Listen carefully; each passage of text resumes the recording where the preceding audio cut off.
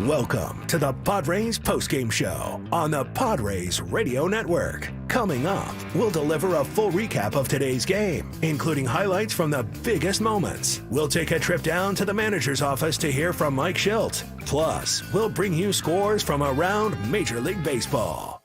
The Padres Postgame Show starts now on the Padres Radio Network.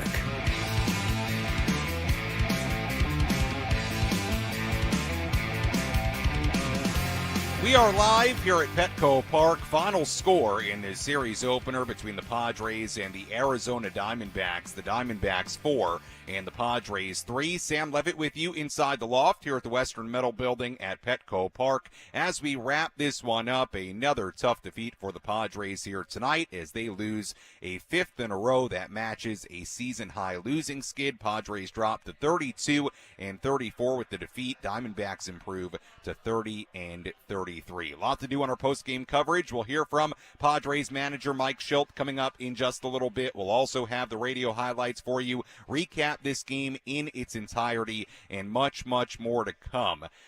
Man, a lot to break down from this game here tonight, and we'll get to the missed strike three call to end the game because it was a brutal call, an absolutely brutal call from home plate umpire Eric Backus to end the game. But what it did do, bad call or not, it made the Padres 1 for 14 with runners in scoring position in this ball game here tonight. The Padres got another great starting pitching performance, this time from Randy Vasquez, who in 6 2/3 innings, 3 earned runs given up, allowed just 6 hits. He gave up some early runs, but settled in, and he's been pretty good as of late here. Vasquez, a start good enough to win. The Padres were able to tie the game in the 5th inning with 3 runs, but then the Diamondbacks took a 4-3 lead on the RBI hit by Ketel Marte, made it 4-3. But again, the Padres in this game, they had so many opportunities to really bust through offensively. They went 1 for 14 with runners in scoring position. Just in the first 4 innings alone, they were 0 for 8 with runners in scoring position. So look, we can talk about that just terrible strike three call at the end of the game. Jake Cronenworth rightfully upset. Mike Schilt rightfully upset. It was a brutal call to end the game. But with that said, the Padres were 1 for 14 with runners in scoring position, and the odd thing about this losing streak as a whole is this. Number one, the Padres continue to get excellent starting pitching. Another quality start. That's now 5 quality starts in the last 5 games, and the Padres have not won any of those games, which is sort of unbelievable. Padres starting pitching a 2.53 ERA in the last 5 games. The other thing that is sort of crazy about this losing skid, for the 5th game in a row, the Padres out-hit their opponent. They out-hit the Diamondbacks here tonight 10-9. But again, you can out-hit your opponent, but if you go 1 for 14 with runners in scoring position, that's not getting the hits when you really, really need them. And that was a big story in tonight's game. And that runners in scoring position issue popped up in the first 4 innings. It popped up again in the 5th inning, even after the Padres scored the 3 runs. It popped up in the 8th inning, in the 9th inning again. And look, again, brutal call to end the game, but hard to win a baseball game in a lot of cases when you go 1 for 14 with runners in scoring position. And all in all, it's a 4-3 loss to begin this homestand and this series. And the Padres have now lost 5 in a row. So not going particularly well right now. Certainly bright spots from this ball game. Fernando Tatis Jr. had 3 hits in this game. Randy Vasquez, again, a big bright spot in this one, and we'll get to all of it, but tough defeat here tonight, no doubt about it, as the Diamondbacks win it 4-3. We'll step aside, come back with more. We'll have the radio highlights for you when we come back. We'll also hear from Padres manager Mike Schilt. Much more to do on our post-game coverage as we wrap things up on the Padres Radio Network.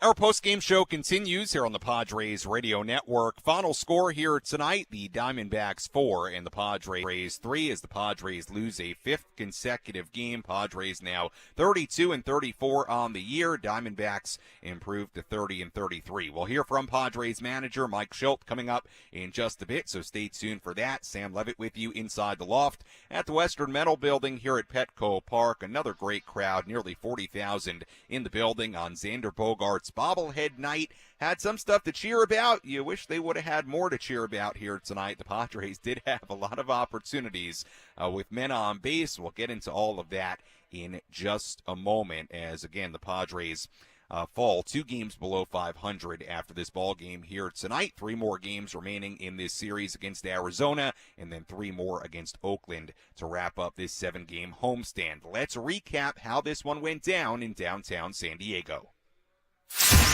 What moments had the biggest impact on today's game? We'll paint you a picture with our game recap on the Padres Radio Network. Randy Vasquez took the mound for the top of the first inning. Corbin Carroll made his way to third base with 2 outs. Christian Walker at the plate. And now Walker hits one in the air to very deep left center field. Merrill is back into the gap. On the run, won't get there. Hits off the base of the wall. Walker thought it was gone. Just now gets to second base ahead of the throw. He is in with an RBI double, and the Diamondbacks lead it 1-0 here in the top of the first inning. Padres trailed 1-0 after that half inning. Padres then had 2 on in the bottom half. They did not score. Eugenio Suarez led off the top of the second. 1-1 pitch, hit in the air, straightaway center deep. Merrill back on the warning track, at the wall, leaps up, gonna go. Home run, Eugenio Suarez, his 5th of the year. Straight away, and I mean straight away, center field here at Petco. And the Diamondback lead is 2-0. D-backs weren't done. Gabriel Moreno was next. Pitch here, hit in the air to deep left field. If that is fair, it is gone, and it is. Lower balcony of the Western Metal Building. Moreno hits his 2nd home run of the year, and the Diamondbacks go back-to-back. It is 3-0 in the second inning. Meanwhile, the Padres had all kinds of early scoring opportunities against Diamondbacks right-hander Slade Ciccone, and I mean all kinds. I told you about the 2 on with 2 out in the first inning. They didn't score. A leadoff double in the second. They didn't score. A 1-out double in the third from Fernando Tatis Jr. Fernando got picked off second base, down by 3 runs. Didn't score in that inning. They got 2 on with nobody out in the 4th inning, and they did not score. To that point, the Padres were 0 for 8 with runners in scoring position. That brought us to the bottom half of the 5th. Padres still down 3-zip. Kyle Higashioka led off. Here's the 1-0. Higashioka hits it in the air. Deep to left towards the corner. Gurriel looking up. Gonna go! Number 3 for Kyle Higashioka. A lead shot here in the 5th inning, and the Padres are on the board. It's 3-1. Padres weren't done. Luis Arraez then singled. Fernando Tatis Jr. singled for his 3rd hit of the night. Jerks and Profar bunted them over to 2nd and 3rd base. The Diamondbacks then went to lefty Joe Mantiply to face Jake Cronenworth. Here's the pitch from Mantiply, and Cronenworth hits it in the air, very shallow left. Long run, Gurriel charging in, dives forward, and he did not make the catch. Throw comes in, hits Fernando, stays by the bag at 3rd. He will score, and the game is tied. Arraez read it all the way to score. The throw hit Tatis, and that allowed him to come in, and it is 3-3 here in the 5th. That's all the Padres would get in the 5th inning, despite having a runner on second base with 1 out, with that score tied at 3. A big story of tonight's game, no doubt about it, was Randy Vasquez. His final line, 6 2/3 innings, 3 earned runs given up, 6 hits, 3 strikeouts, and no walks. But Mike Schultz elected to take Vasquez out at 92 pitches when the top of the order came up in the 7th inning for Arizona. There was nobody on. Jeremiah Estrada entered. Corbin Carroll proceeded to hit a 2-out double against Estrada. Ketel Marte was next. Here's the 1-0 to Marte. He lines it into left field, base hit. Carroll rounding 3rd, going to try and score, and he will. Profar boots it. It rolls all the way away, and that allows Marte to go into second base. The Diamondbacks are back in front. It's 4-3. Padres got a 2-out hit in the bottom half of the 7th inning. They did not score against D-backs reliever Kevin Ginkel. Fast forward to the 8th inning. Padres still down 4-3 against D-backs reliever Ryan Thompson. Donovan Solano hit a leadoff single. Jose Azocar pinch ran. A sac bunt moved Azocar to second base. He went to third on a ground out. Tyler Wade then walked. So the Padres then went to Manny Machado. He pinch hit for Kyle Higashioka with the tying and go-ahead runs on base. Wade stole second, so the tying run was 90 feet away. The go-ahead run on second base, but Manny hit a ground ball back to the pitcher's mound. Play was made. Inning was over. Padres were still down 4-3. They still trailed 4-3 going to the bottom half of the 9th inning. D-backs closer Paul Sewald entered. He got the first 2 outs, although Fernando Tatis Jr. did not miss a home run by much in right field. Jerkson Profar drew a 2-out walk. With Jake Cronenworth at the plate, Profar stole second base. So, the tying run was on second base. The count 2-2 on Jake Cronenworth. Sewald to Cronenworth in the 9th. Here's the pitch from Sewald, and it is taken on the outside corner. Strike 3 call. Pitch was away. Jake's giving an earful to Eric Backus. Not that it'll matter. Cronenworth might end up getting ejected. So might Mike Schilt. But the game is over. Schilt has come out now. He's face-to-face with Backus. Padres have had issues all night long with the strike zone. And the game ends on a very borderline pitch for strike 3 call. Schilt was ejected just for record-keeping purposes. I don't believe that Cronenworth was, and a bitter, bitter pill to swallow at the end of a 4-3 loss here to the Diamondbacks in Game 1 of the series. No doubt a bad call by home plate umpire Eric Backus, but with that said, the Padres went 1 for 14 with runners in scoring position in this game. They had plenty of opportunities, could not find the one big hit late to tie it or take a lead, and they fall 4-3. Final totals here tonight for Arizona: 4 runs, 9 hits, 1 error. For San Diego, 3 runs, 10 hits, and 2 errors. Winning pitcher in this game, Kevin Ginkel. Losing pitcher was Jeremiah Estrada, who gave up the run in the 7th inning, and the save goes to Paul Sewald. Let's go downstairs here at Petco Park and hear some post-game reaction. Let's pull up a seat in the manager's office and hear from Padres manager Mike Schilt. Presented by Sinley Food. Spice up your culinary life. Mike, obviously every loss is disappointing and frustrating, but even more so on a night like tonight where it seemed like guys were really fighting, and especially Jake in that last at bat to have the... Yeah, even more so because you'd like to have a chance to actually end the game on your own terms. You know, I respect the umpiring profession highly, and I don't complain a lot. I got guys busting their asses all night. I got a guy with a little mild strain with his hip flexor who shows up and willing to take an at bat, try to win us a ball game. Like guys, playing their asses off all over the field, competing their tails off. Crony's in a dogfight there at the end against their closer. We get a guy on base, Pro works a walk, steals a bag, gets a chance to tie a game, brings Suarez in. Listen, man, you can't end a game when the ball, 6 inches off the plate and borderline high. I mean, listen, that's just not acceptable. And again, we lost. I take ownership of that. Don't want to blame anybody, but that's a bad way to end the ball game. You referenced it. It just seemed like this was a game where guys were just fighting to get back into it. A lot of contributions from a lot of different guys tonight. I mean, that's got to be a positive, even though the end result wasn't there. Yeah, I mean, that's the thing about it. End result wasn't there. Hadn't been there the last couple games, and we're all disappointed in it. I love this club, man. These guys show up. They're ballers, man. They get after it. We haven't won a few. It's not going to last. This club's going to be just fine. I'd sit here and I could tell you if I had some concern, if it wasn't guys going through the motions, giving the bats away, preparation wasn't good, competition wasn't involved. These guys aren't giving away anything, and tonight they showed up in front of a nice crowd again and got down early. And, look at Randy Vasquez. Good for him, man. This guy threw his tail off. Homer, 2-run homer, down 3-0. We could have this woes me. Here we go again. This got pitched into, getting 2 outs into the 7th. Did a tremendous job and set us up for success, quite honestly. And our guys kept scratching and clawing. And, the fact of the matter is we do need to be better with runners in scoring position. 1 for 14 is just not going to make it happen. So, but, a lot of good things, not enough. but we'll be ready to go tomorrow. You mentioned Vasquez. I mean, another step in his growth in terms of what happened early on, and you mentioned he got himself back on track and gets you all the way into the 7th inning. That continued growth for him, it seems like an important step in filling those holes in the rotation. Yeah, I mean, the biggest thing for starters is being able to eat quality innings. And if you get down, hold the fort. It's enough to go to the bullpen and piece it together. And he more than did that. He got down early, and, we don't want to get down early. That's not what the recipe is for the starter. But if it does happen, established starters will figure out a way to right the ship and get deeper in the game. He did exactly that. Like I said, 2 outs into the 7th, and did a fantastic job. Manny getting into the game, is that hopefully a good sign that he's going to be able to get back on, or just have to wait and see still day to day? I think we got to wait and see his day to day. I wouldn't expect him to be in there tomorrow, but it says a lot about him. That's what fires me up about this club. This guy, he wasn't really. He was ready to take an at bat.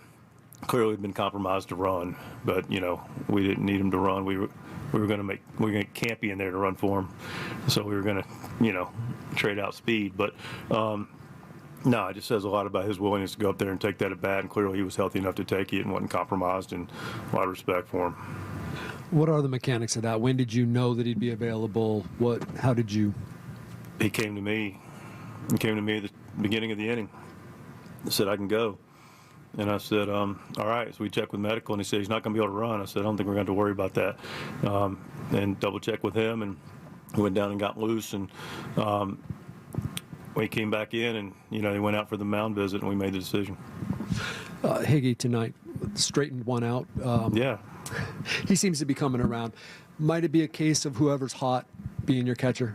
I think it's going to be a combination of things. I think it's going to be like tomorrow camp, he's going to grab King, and then, he's going to grab Waldy. He'll grab Waldy on Saturday. So we'll just take it. But good news is for Higgy, good at bats, got some pop. Obviously, kept it fair. Did a nice job again behind the plate. So he's earning his opportunities for sure.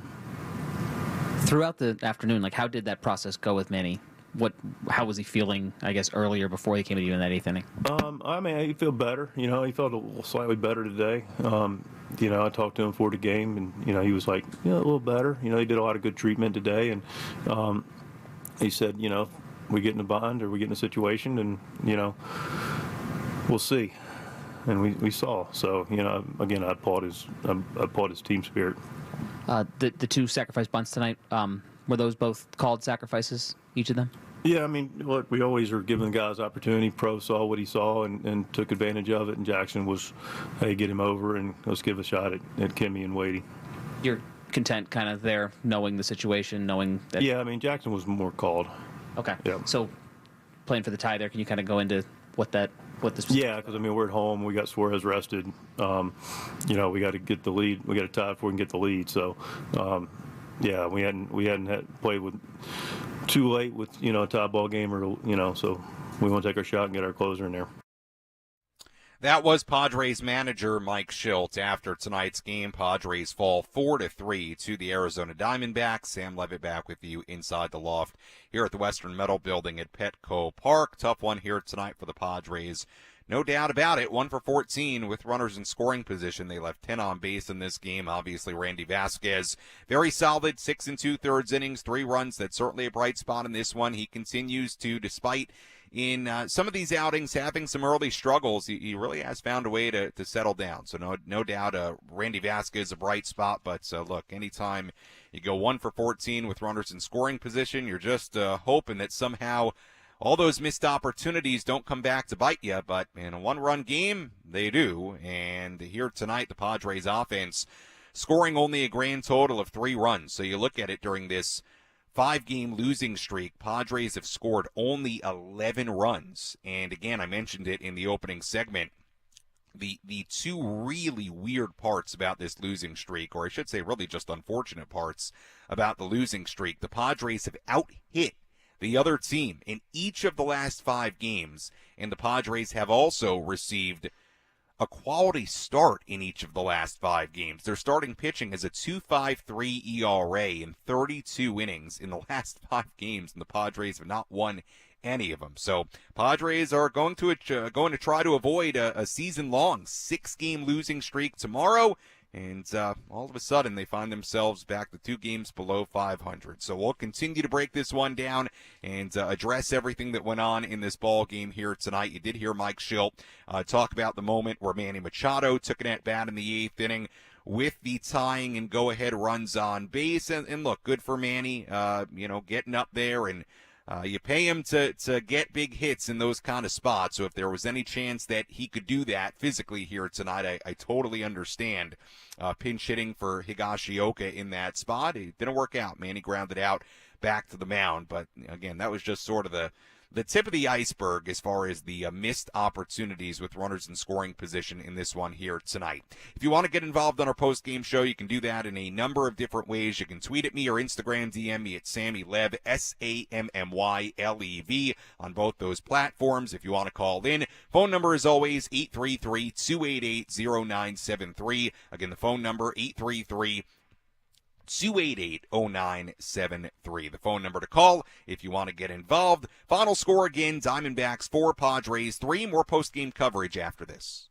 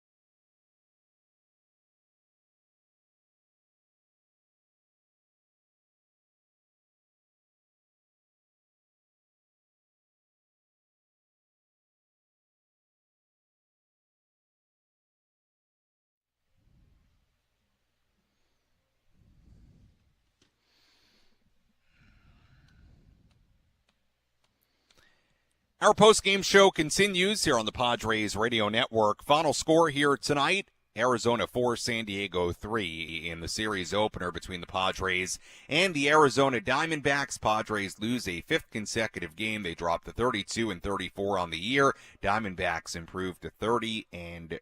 If you want to get involved on our post-game coverage, you can do that in a few different ways. You can tweet at me or DM me on Instagram. Sammy Lev, both those platforms, SammyLev. The comments on the video streams open as well. I'll try my best to keep up with those as we move along here tonight. The phone number, 833-288-0973.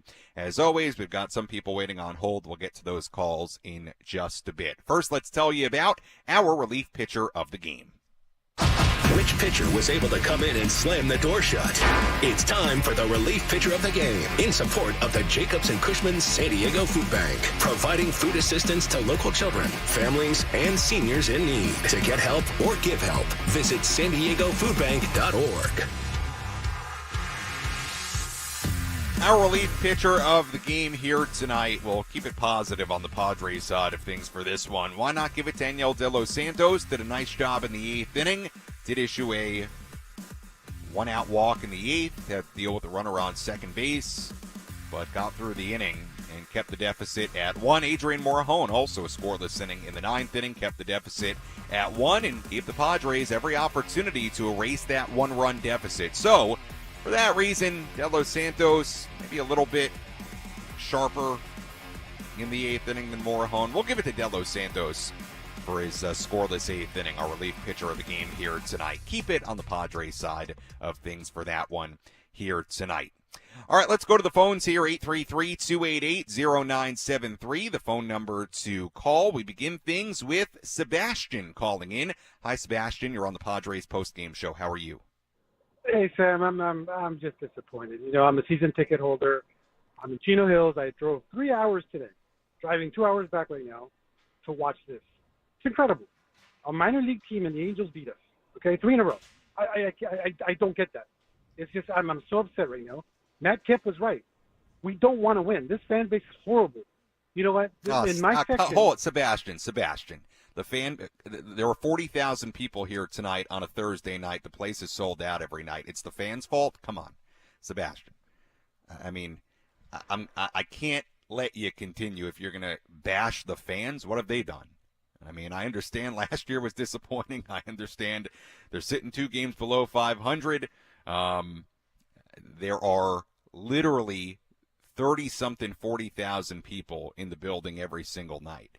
And you know what? I mean, whatever Matt Kemp said, that, you know, we wanted to go someplace where it matters, we'll tell that to the people that pack this place every night in the middle of the week. I mean, come on. Let's go to Graham calling in from Townsend. Graham, where is Townsend? Tell me that first. I think there must have been a mix-up. My last name is Townsend. I actually just left I just left the ballpark. I was at the game tonight. No, you're all good. Sorry, Graham. Okay, gosh. Go ahead. Sorry. Yeah, so I totally disagree. It's not the fan base. I was at the games when they got swept by the Rockies. Fans were actively booing them, and in interviews, Manny Machado, he completely denied hearing any booing at all.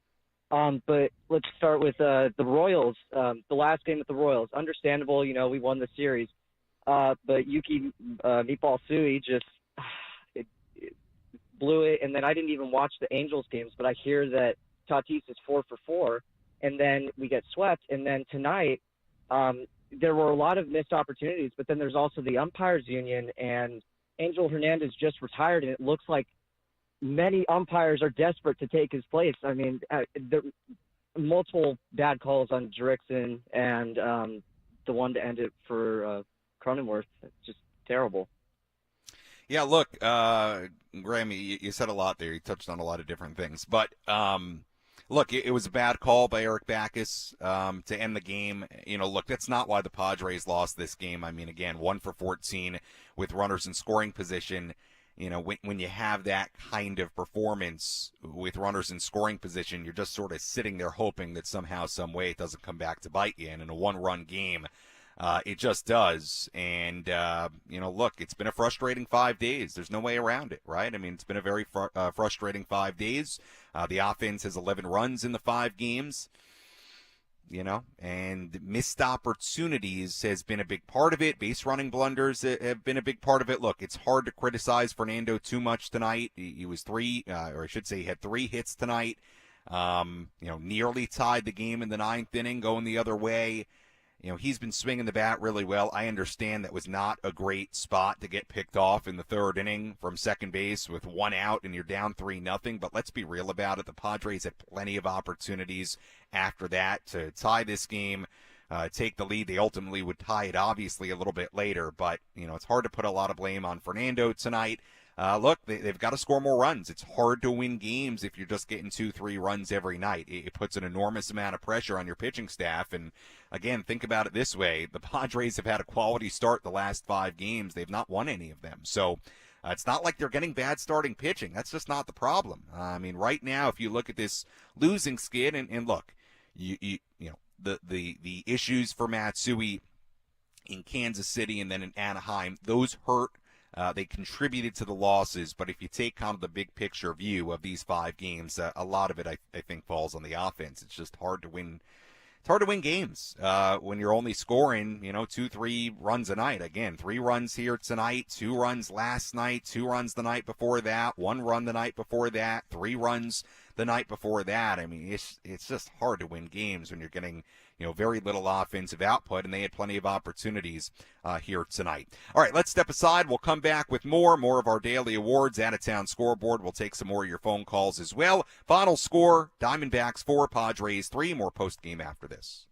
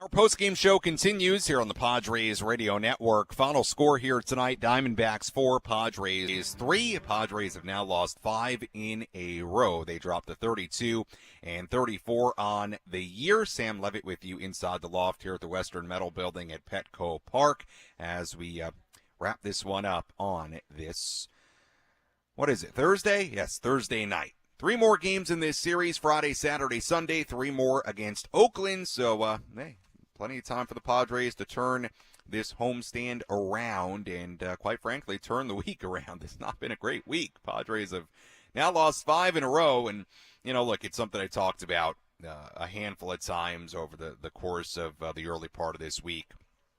But it is, man, you just think about where this team was heading into the 9th inning in Kansas City on Sunday, up 3-1. They had to go to Yuki Matsui.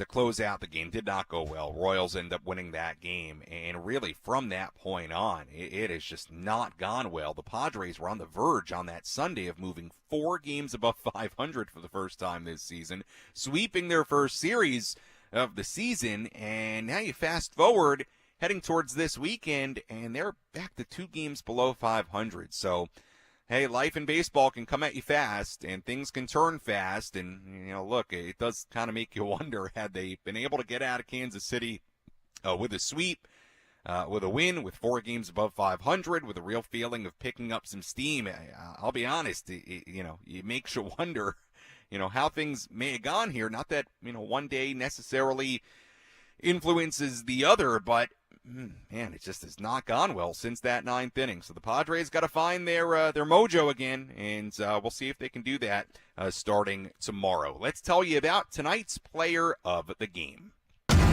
Which player had the biggest impact on today's game? Let's find out who is today's player of the game. Presented by Valley View Casino and Hotel. Catch every game at Paddy's and Bites. Plus, enjoy $4 beer every Thursday. Visit valleyviewcasino.com today.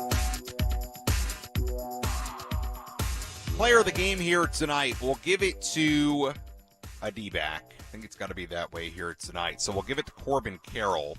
3 hits in this game, including 2 runs scored. Started the game with a single, stole the base. The double in the 7th inning that set the table for Ketel Marte to drive in the go-ahead run, made it 4-3. So, look, he was really impactful in this game, and Carroll's not having a very good year at all. But he did have 3 hits in this game. Carroll did actually get his batting average back above 200 at 201 now. But he was impactful offensively, really was, and made a nice play on that Tatis fly ball in the 9th inning. So we'll give it to Corbin Carroll. Had the Padres won, maybe we're giving it to Fernando here tonight, or somebody else who drove in the tying or go-ahead runs. But I think here tonight, you look at the impact of a guy like Corbin Carroll. 3 hits, 2 runs scored. Had the hit that started the rally in the 7th inning to take the lead. So for all those reasons, Corbin Carroll, our player of the game here tonight. As I always say, gives me no great satisfaction to hand out player of the game to a D-back, but when you're in the midst of a 5-game losing streak, kind of how it goes. All right, let's continue on the phones here. Let's go to Marcos calling in from San Diego. Hi, Marcos. You're on the Padres postgame show. Hey, how you doing, Sammy? I'm doing all right. How are you? I wish I was doing better, but I like the sigh. Very dramatic, Marcos. I wish I was doing better, but I got a couple questions. Okay, so you know how it seems like Max Schultz is letting the players play the way that they want to play, right? Mm-hmm. You think it would be – that's a good thing because not a lot of managers let their players play how they want to. But do you think that it would be better for him to be like, okay, you guys can play the way you guys want to play from the first Marcos, to like the 4th Marcos, inning? let's get a little bit more specific. When you say play the way they want to play, what does that mean? Like aggressive. Okay. And all that, right? I get what you're saying. Look, the Padres, well, let's first start with Mike Schultz's philosophy. I think it's pretty clear at this point based on what he said, and appreciate the call, Marcos. Based on what he said, that he's comfortable with this team being aggressive. I mean, it is something they encourage, Now, you don't want to be, too aggressive to the point where you're making mistakes, but I think there's no doubt they want this team to be aggressive. And, look, there's reward that can come with that. There's also costs that can come with that. And I think, unfortunately, in these last 5 games, or really, you look just back to the start of the week in Anaheim, in particular, it's been more costly than rewarding. And there's a number of things you can point to, right? Whether it was Arise getting thrown out at third base in the 1st inning last night, whether it was Kim getting thrown out. What was that? That was on Monday night, or the send to Profar that ends up getting him thrown out at home plate. Look, this team clearly, the philosophy is to err on the side of being aggressive. I think that's okay for the most part. I think that in the long run is probably more rewarding than not, but there's no doubt in the last few days it's been pretty costly. There have been a number of base running mistakes, guys getting thrown out, and look, it's not the reason why they've lost these games, but it's part of it, right? I mean, hey, Fernando doesn't get picked off at second base tonight. Who knows? Maybe the Padres end up scoring that run, right? I mean, yesterday, if Arise doesn't try to take third base, who knows what happens in that first inning? Maybe the Padres take a lead, end up winning the game. So, look, they clearly are okay with these guys being aggressive. I don't think that's going to change. I think it's being encouraged. And I do think there are rewards that come with that. I mean, look, there were times early in the season where we sort of praised the aggressive base running, and, when it works, it's great. When it doesn't, it seems really costly, and it can really, kind of take the air out of the balloon of a number of innings, and I think that's what we've seen at the start of this week. Let's go to Katie, calling in from Oceanside. Hi, Katie. Hi, Sammy. How you doing? Oh, I'm okay, Katie. Night at the ballpark. I'm all right. Well, I just like to say, first of all, that I don't think it is this fan base's problem at all. Like, you come to that ballpark night after night, and you feel right. it. You can feel the fans just waiting to erupt. Like, they want to cheer for something so badly. And, like, these last 5 games, it just feels like they can't get all their gears working at the same time. None of these were blowouts. It would almost be easier if one of them had been like some crazy, 14-2. But to lose every single game by 1 or 2 runs, and then to see Tatis go, 8 for 9, and then, Estrada do what he did with the 13 strikeouts, but they can't get everything to click at the same time, and that is what is so frustrating. And I don't see an answer besides playing out of it. I mean, what do you see that could be done differently? Well, look, Katie, I think it goes back, and appreciate the phone call. I think it goes back to it's hard to score. It's hard to win games when you're scoring the number of runs they're scoring right now every night. I mean, again, 3 runs tonight, 2 runs last night, 2 runs the night before, 1 run the night before that, 3 runs in the Sunday in Kansas City. Now, look, the Sunday in Kansas City, they should have won that game. I mean, you were 3 outs away, you had a 2-run lead, no matter how many runs you score.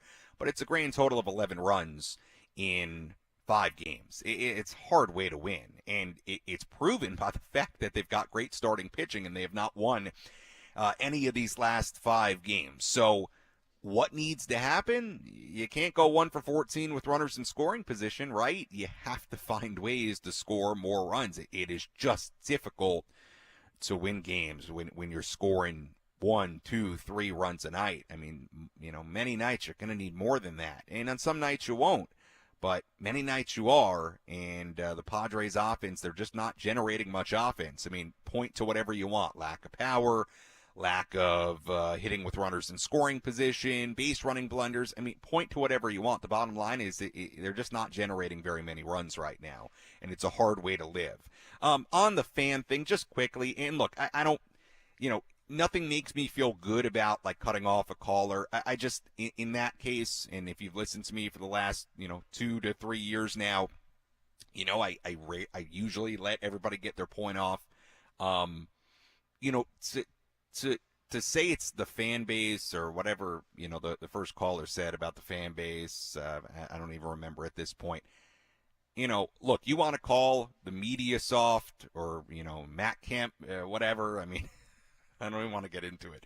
But you want to say it's the media, that they're soft, that, guess I should say that we're soft, that nobody holds them accountable, fine. Come at the media. To come at the fan base, I don't understand it. The place is packed every night. This city loves this team. They're begging for a winner. Like, what more are they supposed to do? They show up. So, that bugs me. It does. It just does. I can't sit here and take an attack on the fans. I mean, there are 40,000 people in the building every night begging for a winner here. So, that's just a little note on that one. But, we'll see how it all plays out in the coming weeks and months. Let's take a full look at the out-of-town scoreboard. Let's take a trip around the Bigs and tell you about the scores you need to know in our out-of-town scoreboard. Presented by Jensen Meat, where great taste meets integrity. We take a look at scores today from around the major leagues. Everything has gone final. Red Sox beat the White Sox 14-2 in Chicago. Jamie Westbrook hit his first big league home run after 11 years in the minor leagues. Really cool story there. Guy who spent a long time in the minor leagues, had his first major league hit the other day, and hits his first major league home run in that game. 14-2, Red Sox beat up on the White Sox. White Sox have lost 14 in a row, is it now? Yeah, Frank Marchese confirming. I knew Frank would be on this. I knew it. 14 in a row. Wow. White Sox struggling. 15-48, my goodness. Rockies beat the Cardinals 3-2 in St. Louis. Reds beat the Cubs in Cincinnati 8-4. Ellie De La Cruz, a 3-run home run in that game. Yankees beat the Twins 8-5 in New York. Trent Grisham, a 2-run home run in that game for the Yanks. Braves beat the Nationals 5-2 in D.C. Marcell Ozuna, a home run in that one for Atlanta. Dodgers beat the Pirates 11-7 in Pittsburgh. Freddie Freeman, a home run in that game. Mariners beat the A's 3-0 in Oakland. Mitch Garver, a home run in that one for Seattle. Royals beat the Guardians 4-3 in Cleveland. Blue Jays beat the Orioles 6-5 in Toronto. Vladimir Guerrero Jr., a 3-run home run in that one for the Jays. And that is a full look at the out-of-town scoreboard on this Thursday night. I keep on forgetting the day. You know, I said to somebody earlier in the day here at the ballpark that it officially feels like the quote-unquote early part of the season is over, and I guess that's kind of common sense. We're already 2+ months in. But it did feel like that here today, where I was like, man, the early part of the season is over. Now it feels like we're kind of really in the grind of it. And maybe the losing streak has something to do with that. I don't know. But just felt like me today, and this is not a commentary on what I saw in the clubhouse or anything. I'm just talking about how I felt about just kind of the usual baseball grind. I was like, yeah, we're kind of getting into the grind now, you know, kind of into the rhythm and the flow. So anyway, tough one here tonight for the Padres. They fall 4-3. We'll step aside. We'll hear our play of the game when we come back. Wrap things up, get you ready for tomorrow. If you want to squeeze a phone call in, you can. 833-288-0973, 833-288-0973. The phone number to call. More post game after this.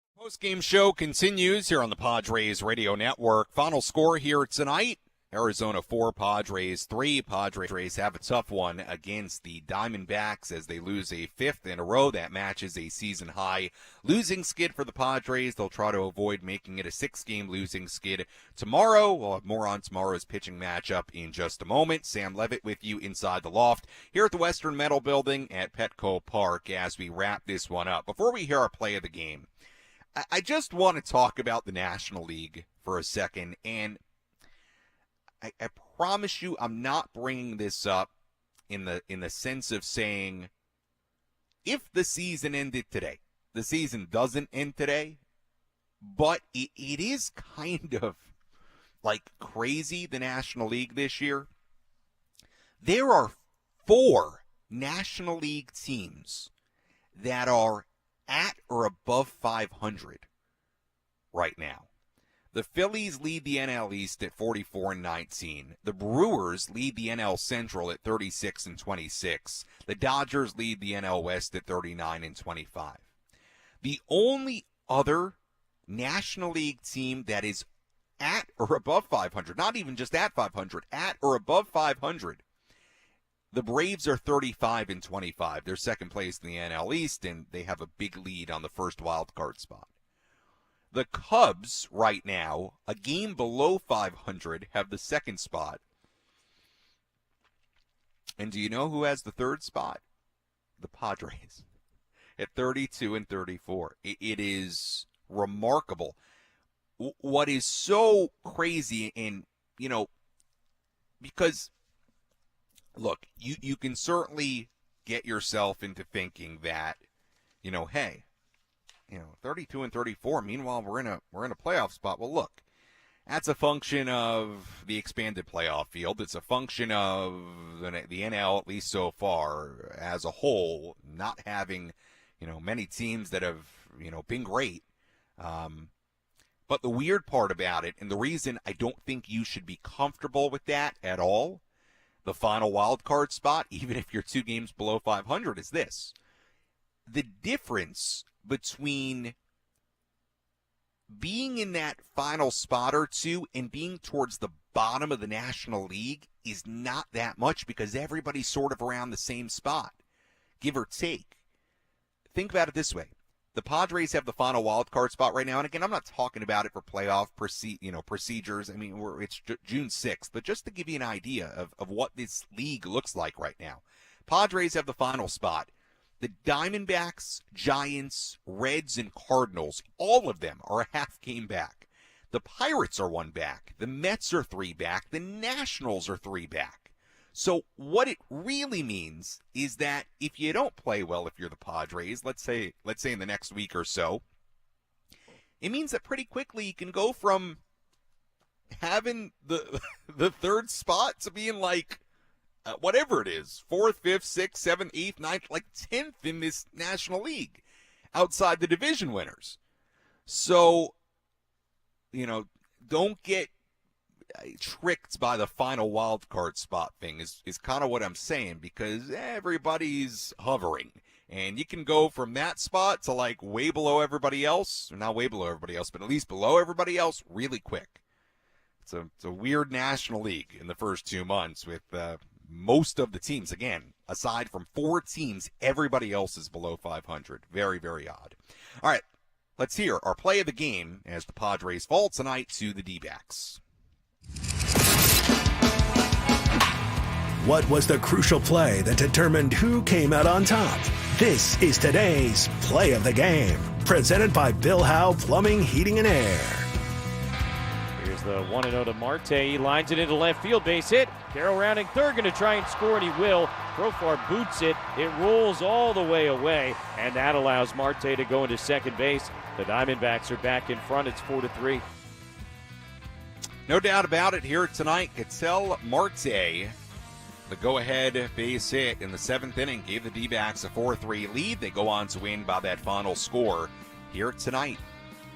Padres 1 for 14 with runners in scoring position. They had plenty of opportunities to tie, take a lead early, middle of the game, late in the game. Could not find a way to do it here tonight as they fall in the first game of this 4-game series to the Arizona Diamondbacks. Taking a look ahead to tomorrow, Game 2 of this 4-game set. Pitching matchup tomorrow, right-hander Michael King on the mound for the Padres, right-hander Brandon Pfaadt on the mound for the D-backs. First pitch tomorrow at 6:40. Pre-game coverage will begin at 5:40 from right here in my seat at the Western Metal Building here at Petco Park. I tweeted out earlier that you can always come say hello to me here inside the Western Metal Building, and I had a few people take me up on the offer saying, saw your tweet, I decided to come say hello. Quite frankly, a lot of people come to say hello every single night.